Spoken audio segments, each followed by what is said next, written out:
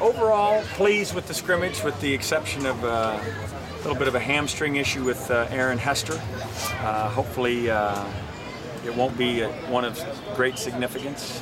We'll get him back here in a short order, but you always hate to lose one of your frontline guys when you're trying to get ready to play an important opener against the Houston Cougars.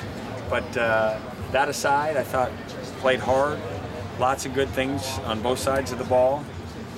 Easy to see that the kids have been paying attention and wanting to please. And I just think that we've got a real chance and a real opportunity to build something that can be special and be a team that can be reckoned with in the first ever Pac-12 race. So I'm excited about it. Lots of work to do. No way to sugarcoat that. We've got lots of things we've got to get better at and get better at fast, but I like where we are right now, and I'm excited about the way the kids are buying into what we're teaching, and they're also believing that we can have a special season. What does that do? I mean, that's again a position where Aaron's playing that you guys are. Yeah, we're going to have to really look at, and like again, we're going to be optimistic and think that Aaron can be back, but in the event that he can't, it's going to require some head scratching. Is it a little worrisome because Houston's so pass happy in the 5 wideouts? It's a pass happy defense, and one that you've got to be fresh for. So we're going to have to put our heads together. There's enough athletes on this team to get it done. Unfortunately, if it is a significant injury that will keep him out of that game, we will have ample time to have a plan for it. Is Datone Jones just too good to play in a scrimmage like this? I mean, he was so disruptive early and then didn't get a lot more action.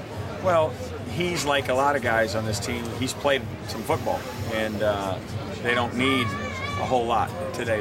It's nothing, no different than NFL preseason. Now, I'm not saying our guys are NFL ready. I'm just saying that you want to get your guys to the dance. So there's a certain set of guys that need to get a little, and not much else when bodies are on the ground. And Datone's in that company. Coach, I hope he is that good. Coach, can you talk about the play about both quarterbacks, and are you any closer to naming a starter now? I thought that the quarterbacks were good. I thought we, unfortunately, uncharacteristically, at least in this camp, had a little case of the drops. Dropped some balls. Richard probably had a touchdown pass that Jordan Barrett let get away from him in his first drive.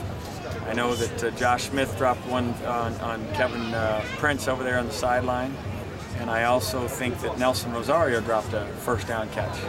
And that's uncharacteristic of those guys. So we'll get that out of their system and get it behind us.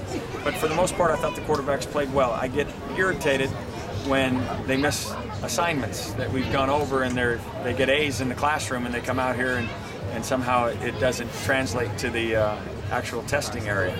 And so we've got to continue to make sure that there's not so much that the saturation gets where they can't remember what to do on the field. There's some easy things that they have all the right answers to when I'm in there asking them on the board. The professor has to take responsibility for that, not necessarily the pupil. I got to make sure they know what they're doing.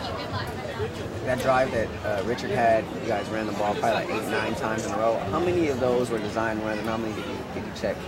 Well, they were all design runs. There were some times where he'd check to a more optimal look, but they're all design runs. We wanted to see if we could be physical, and it was a great drive for our offense. Now I got to look and see why our defense was able to be run against like that. I win this game every year, but I also lose it every year. So I've got to make sure that everybody's getting where they need to be. Kevin make the wrong read on that play where the defense got in the backfield so quickly and called it when you're kind of in his ear a little bit.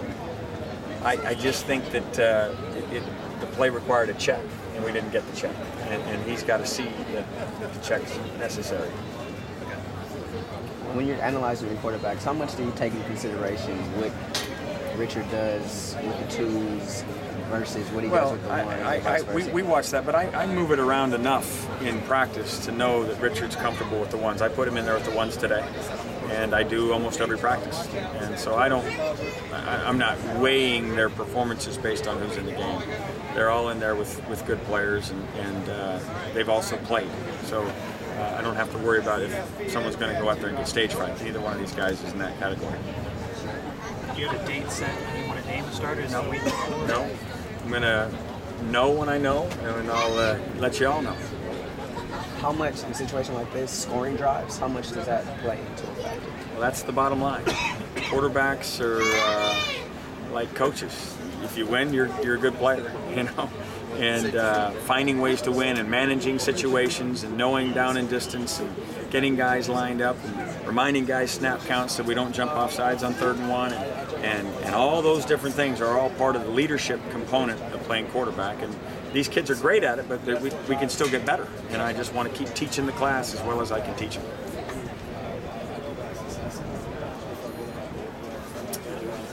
Anything else? All right, have a great weekend. Thanks, Coach. Thanks, Coach.